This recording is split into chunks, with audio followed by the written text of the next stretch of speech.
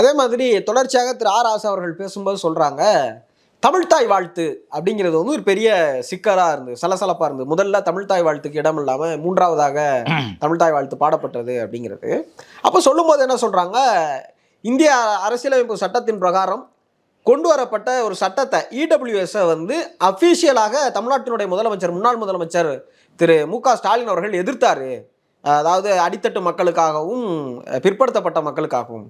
ஆனா நீங்க after all ஒரு ஜிஓவையே எதிர்க்கிறதுக்கு தயங்குறீங்க, பயப்படுறீங்க அப்படிங்கிற ஒரு விமர்சனத்தை நேராக கொண்டே பிரைம் மினிஸ்டர்கிட்டயே போய் அதை வந்து மாற்றணும், நீங்கள் பண்ணது இடைக்காலத்தில் பண்ணது தவறுன்னு சொன்னாங்க.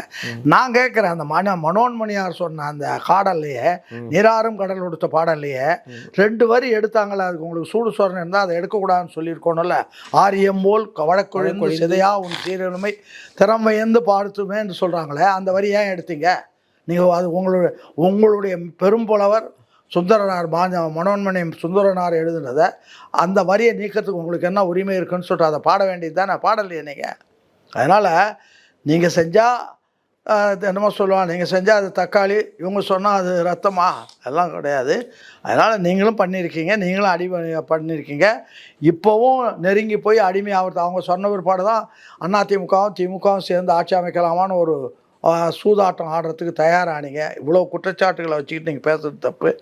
அதுவும் ஆர் ராசாவுக்கெல்லாம், அதாவது வரம்பு மீறி வார்த்தைகள் வர்றவங்களுக்கெல்லாம் நம்ம பதில் சொல்ல வேண்டியதில்லை. எப்போ அவர் சார்ந்த அந்த சமுதாயத்தில் இருக்கிற ஒருத்தர் வந்ததுக்கே ஒரு அசிங்கமான வார்த்தையை, யாரும் பயன்படுத்தாத ஒரு வார்த்தையை கவிதை மூலமாக சொல்லி வாங்கி கட்டிக்கிட்டாரோ, இனிமேல் அவருடைய வார்த்தைகளுக்கு யாரும் பதில் சொல்ல வேண்டிய அவசியம் இல்லை. காரணம் அவருடைய தரம் அவ்வளவுதான்.